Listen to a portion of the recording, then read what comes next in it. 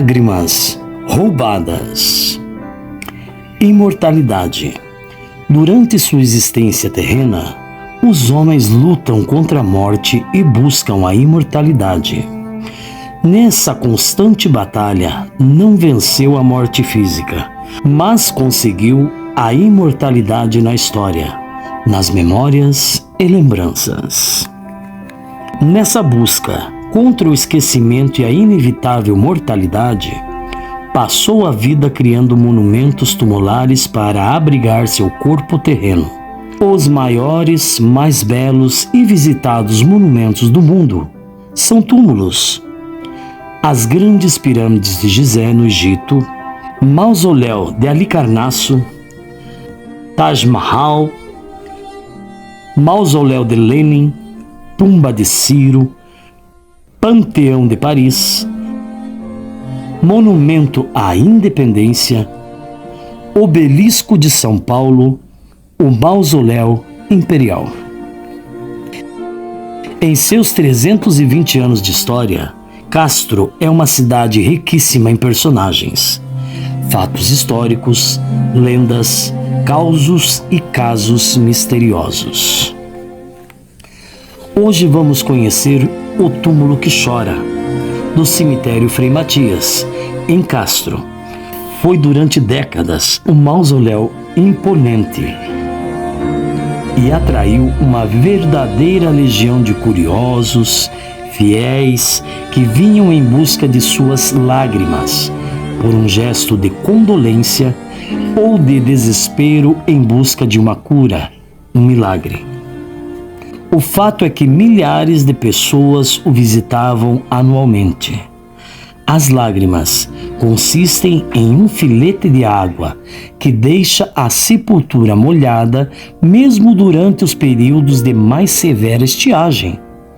Mas de onde vem essa água e quais suas propriedades?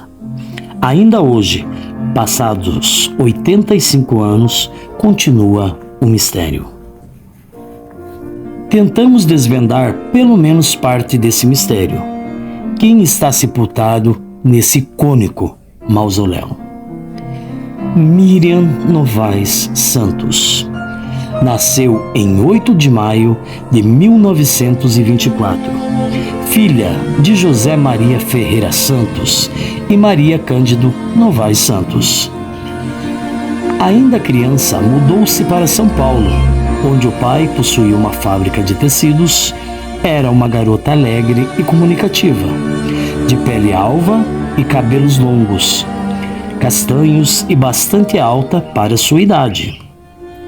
Retornava a Castro nas férias escolares e festas de final de ano, onde passava as férias na chácara Cantagalo, propriedade de seus avós. Na casa de São Paulo, Miriam sofreu uma queda na escada, machucando o ombro.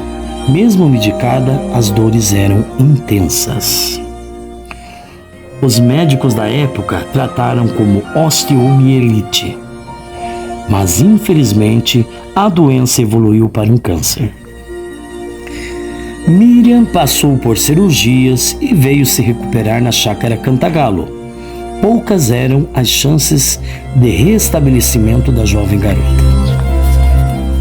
Miriam faleceu em 3 de fevereiro de 1939, com 14 anos. Assistida por familiares e amigos, foi sepultada no imponente mausoléu da família. Um mausoléu de pedras negras adornado por uma bela escultura em bronze. A cidade de Castro se comoveu com o sofrimento e a perda de uma vida tão jovem. Logo após o sepultamento, moradores locais que visitavam o túmulo relatavam o estranho fenômeno da água que vertia do túmulo, como se a escultura estivesse chorando. Logo, o fato tornou-se público e atraiu durante décadas uma verdadeira legião de fiéis e curiosos que buscavam as lágrimas em busca de cura, um milagre ou simplesmente um alento.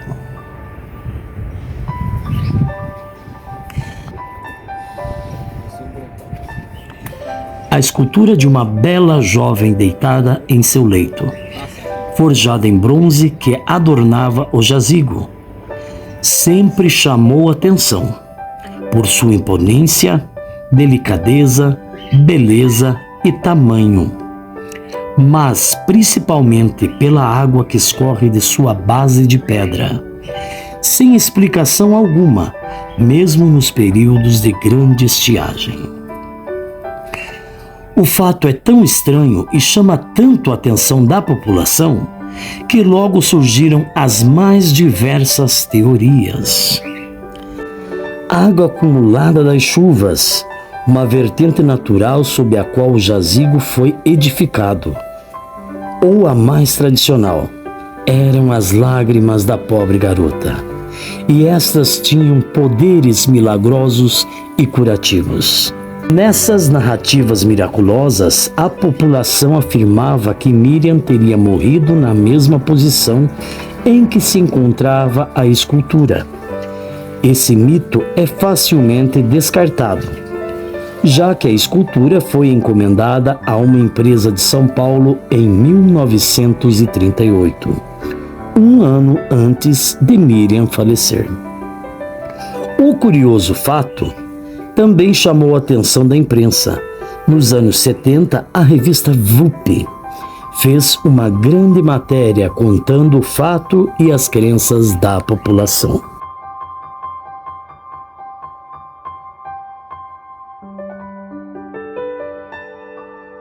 Nas décadas seguintes, revistas, jornais, TVs e canais de notícias também falaram do assunto.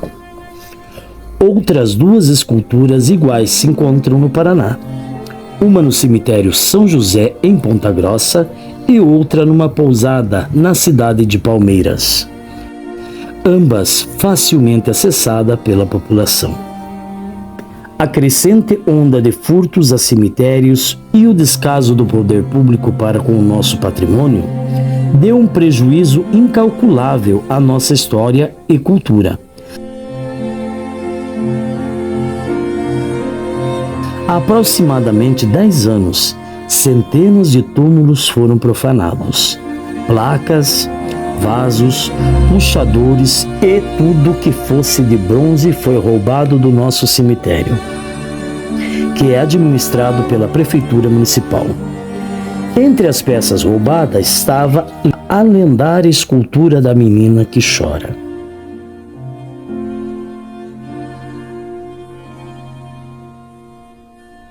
Nenhuma atitude foi tomada pela administração pública, nem de melhorias na segurança e muito menos em repor os itens roubados.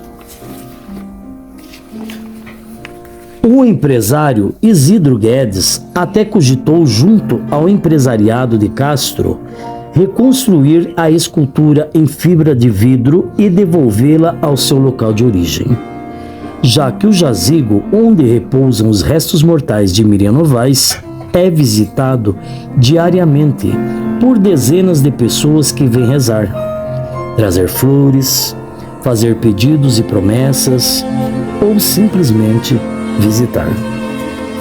Infelizmente, sem apoio, a proposta não seguiu em frente. A revista VUP era uma revista, ela tinha que ter um fundo, né, as matérias, pelo menos 3 ou 4 matérias, coisas de subimportância e que ninguém tinha levantado. E é o caso da Miriam. Eu fiquei sabendo por um tio dela que morava aqui perto dos italianos, né? E ele me contou mais ou menos por cima a história dela, o sofrimento dela e tal. E eu me apaixonei pela história e fui lá, fiz uma matéria. E depois disso foi feita matéria com jornais do Estado do Paraná, foi feito com o Jornal do Estado de São Paulo, não me lembro o nome do jornal. Foi feita matéria, a última na TV Paranaense, eu fiz com a TV Paranaense, fiz com a TV Iguaçu, né? Então, e hoje está aí a Maica e, enfim, uma equipe de jovens aí conhecendo essa história e Castro mais uma vez conhecendo essa história, como tantas outras de pessoas que se importaram. E hoje isso é uma história conhecida, né? A cidade de Castro tem tanta coisa importante e todo dia acontece, não é só na história lá de trás, na história recente agora, está acontecendo tanta coisa na cidade interessante. em ginásios, em escolas. Agora você tem que correr atrás, tem que acreditar na história. Eu trabalho aqui no cemitério Frei Matias há 40 e poucos anos. Conheço bem a história da Miriam, que bastante gente vem aqui, que pede graças para ela, bastante gente a recebeu e vem agradecer a Miriam por tudo que ela fez para as pessoas. E bastante gente ainda vem gente de São Paulo, Ponta Grossa, Curitiba, tudo vem aqui para receber graça da Miriam, porque ela tinha água que vertia e ainda tem. Então as pessoas têm muita gratidão por aqui, né? E é isso que eu sei, a história da Miriam, que roubaram ela, né? Faz uns 10 anos mais que roubaram ela. Mas o povo não deixou de vir. Sempre estão por aqui, sempre estão vindo, sempre vêm pedir oração. E é isso aí, filho. Minha história é essa, que eu conheço do tempo que eu trabalho aqui. 40 anos. Bom, gente, contar a história da infância da gente, a gente lembra de pessoas, a gente lembra de lugares. E minha avó pouco saía de casa, mas sempre tinha os dias marcados de ir ao cemitério. Isso era o ritual dela. E sempre a gente ia junto. Desde criança a gente acompanhava. E eu acho que sempre fez parte de muitas gerações de passar no túmulo que chorava. Até porque a gente tinha curiosidade. Mas está aqui, quem é a pessoa que está deitada? Por que ela está assim? E sempre tinha aquela água escorrendo. E dizia minha avó, ela está chorando. Então ficou para mim aquela imagem da moça que chorava. E sempre a gente passava ali. Toda vez que a gente entrasse no cemitério, a gente tinha que passar ali, porque era uma coisa que a gente vivia encantado com aquilo ali. Porque não é comum ter uma estátua daquela e ter tantos comentários, tantas histórias como tinha. E fica na memória da gente. Claro que eu fiquei triste quando fiquei sabendo que tinha sido roubada a estátua original. Porque eu acho que mexer no sagrado. Se alguém pôs lá, foi colocado com amor, foi colocado por devoção, por emoção, por amor infinito de pais, parentes. E daí, de repente, uma pessoa que não pensa, que falta um pouquinho de amor no coração, vai lá e tira. Só que está tirando, além de tirar essa estátua dos parentes, estão tirando também da memória de muita gente que passou lá, que via lá, que passava a mão, que realmente tinha aquela água e que se diziam que estava chorando. Então, tem muita história. E temos que lamentar sim, porque tá certo que os anos se passaram, ninguém viu nada, ninguém sabe de nada, não foi resolvido nada. Mas agora a gente tem ela de volta. Eu acho que um pouquinho da história está sendo restaurada. Então, desde criança que nós visitávamos com a nossa família os túmulos, né, dos familiares, de amigos, e a gente passava, até inclusive o túmulo da minha família é ali próximo ao túmulo que chora, né? E a gente realmente passava aquela imagem que havia em cima do túmulo, que era de bronze na época, ela vertia água, né? E era uma coisa interessante, porque você procurava de onde, e você não encontrava da onde vinha aquela água. E uma coisa que marcou a minha infância, eu acredito que a infância e a vida de muita gente ali, passando anos e anos, e de repente sumiu a imagem e a gente soube que foi roubado. Via também, né, as mulheres, via algumas senhoras já de idade, com uma certa idade, que onde formava uma pocinha d'água em volta ali daquela imagem da estátua, né, elas molhavam a mão e passavam em algum lugar, porque elas tinham um problema de, eu não sei exatamente qual é o problema de saúde, mas elas diziam que aquilo era medicinal, aquela água era medicinal, né? É uma forma de milagre, com certeza, a fé, né? E isso aí a gente ouviu de outras pessoas também, levar fitas, né? Acender velas, em agradecimento, algumas fotos de pessoas deixadas em volta do túmulo, em agradecimento por graças recebidas, né? Do túmulo que chora.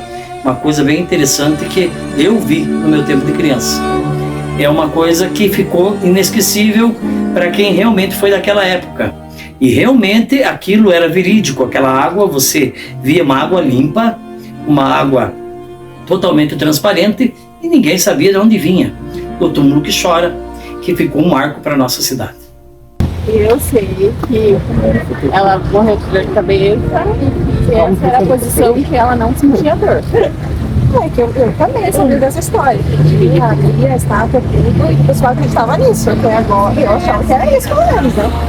Eu também, eu cresci, né, sabendo que a história era assim, que ela tinha morrido, né, por causa de uma dor de cabeça, e essa posição que ela ficava era confortável, era a única posição que ela não sentia dor. E acreditava-se também que quem tocasse nela era curado. Eu cresci sabendo dessa história. Pois é, tem uma água misteriosa que, né, sai do túmulo, mas até então a gente achava que no caso era uma coisa assim, misteriosa, milagre, sei lá. A água ainda eu acho que é um fenômeno desconhecido, né, misterioso. Acho que é isso.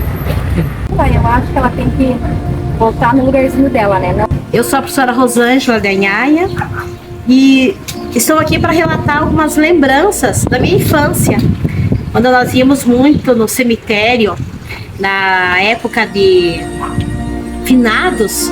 Então nós íamos ajudar a minha mãe, minhas tias, a limpar os túmulos dos meus parentes, especialmente dos meus avós na época.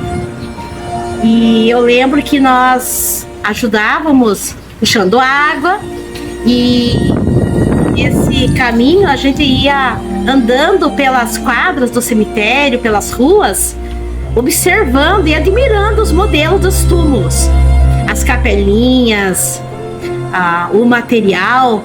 E o túmulo da Miriam Novaes era todo ano visitado. E nessa época tinha muita gente e a fala era uma só, relatando, né, que nós ouvíamos que a posição dela é como ela ficava, né, muitas vezes na sua sentindo as suas dores de cabeça, e que também a água, né, que vertia lá no seu túmulo seriam as lágrimas de Miriam. Então, são as memórias que eu lembro, e também que as pessoas tinham e têm muita fé na Miriam Novaes, fazendo seus pedidos e voltando no túmulo para agradecer as suas graças recebidas. Então, essas são um pouco dos relatos, né, que eu lembro. E nesse momento eu gostaria muito de agradecer ao nosso colega Abel Parnanguara pela iniciativa do seu projeto junto à Lei Paulo Gustavo, para estar com esse propósito de devolver a história para a nossa sociedade castrense. Muito obrigada. No final de 2023, a diretora, escritora e cineasta Maika Vogue decidiu resgatar essa página de nossa história e devolver à população a bela escultura há anos roubada. Para isso, após intensas e significativas pesquisas, contratou o escultor Simeão Camargo Frois para reproduzir o artefato vilipendiado. O meu fascínio pela história da Miriam começou quando eu ainda era criança. Eu ia no cemitério e ficava fascinado com aquela bela escultura e as histórias que o povo contava, de que a escultura chorava, que fazia milagres. E isso, né, me chamava muito a atenção. Então, a minha família dizia que eram lendas e que a Miriam tinha morrido supostamente por causa de uma dor de cabeça ou de um câncer, né, e aquilo ficou no meu imaginário. Então, sempre que possível, eu ia até o cemitério e admirava aquela bela escultura. Quando roubaram a escultura, né, fiquei indignada, né, como acho que toda a população, e muitas vezes cobrei o poder público de que repusessem, né, a obra de arte no seu devido lugar. O poder público nunca tomou nenhuma atitude, apesar de ser um cemitério municipal que cobra taxas, né, para sepultamento, manutenção, etc. Então seria responsabilidade deles também manter a segurança, o que não aconteceu, tanto que a escultura e muitas outras coisas de lá foram roubadas. Um tempo depois, meu querido amigo Isidro Guedes até levantou a possibilidade de se colocar uma nova escultura feita na época, se não me engano, o projeto dele era para ser feita de fibra de vidro. Infelizmente, nenhum empresário, né, apoiou essa ideia e acabou não se concretizando. E algum tempo atrás, eu conversando com um grande escultor, amigo meu, fiz a proposta,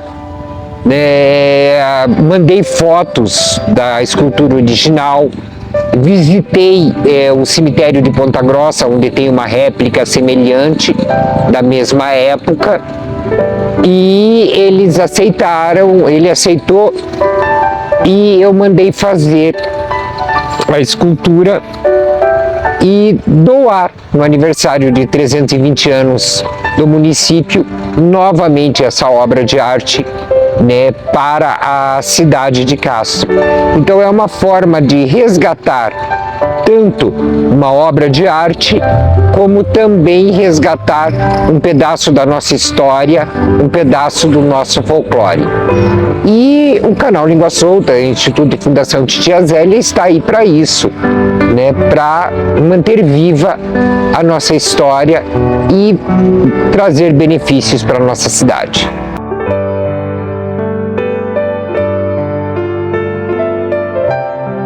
Hoje, a população pode novamente visitar o jazigo e apreciar a bela escultura que voltou a ornamentar tão significativa página de nossa cultura popular local.